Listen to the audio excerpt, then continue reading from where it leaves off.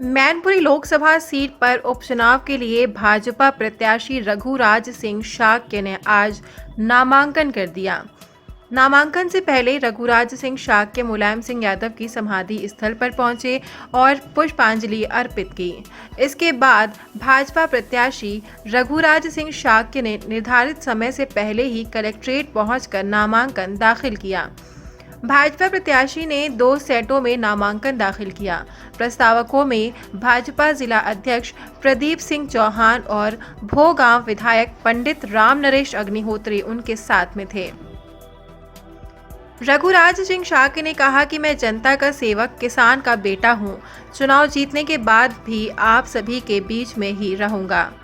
निकल रहा था, नेताजी का आशीर्वाद आए, निकल रहे थे, बड़े नेता थे और उनका आशीर्वाद लेके आए। और मैं एक से मैंने कहा ना, मैं इटावा से चला, इटावा से सब लोग आशीर्वाद में स्टार्ट हुआ। मैनपुरी में सभी बुजुर्गों से, सभी माताओं से, सभी लोगों करेल से बीच के निकले आए, सबसे आशीर्वाद लेके।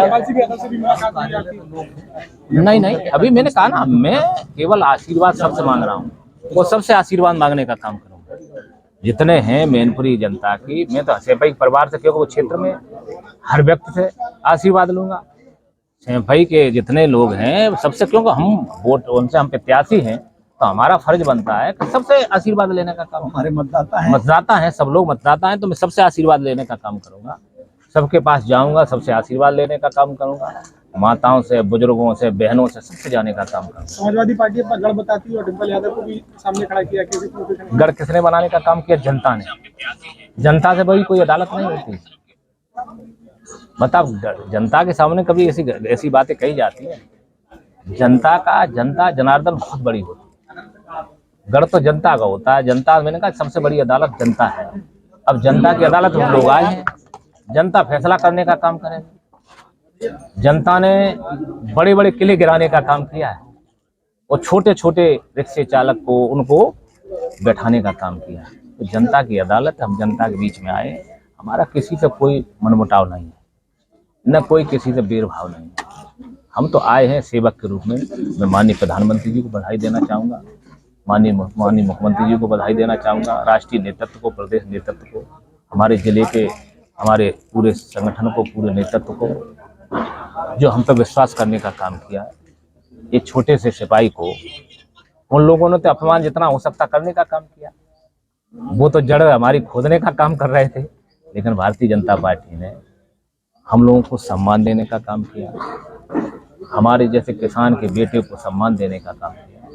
ये लड़ाई मैनपुरी की जनता लड़ने का काम करेगी। मैनपुरी जनता के रघुराज शाक्य नहीं जीते हैं, मैनपुरी की जनता जीतने का काम करे। परिवर्तन रघुराज शाक्य नहीं करेंगे, मैनपुरी की जनता करने का काम करेगी। तो हम लोग जनता की अदालत में आए। सबसे प्रणाम करूंगा, सबसे प्रणाम कर रहा हूँ, आपके माध्यम से भी प्रणाम कर रहा हूँ। इस किसान के बेटे को आशीर्वाद दें, ये आपकी सेवा ज्यादा करने का काम करेंगे।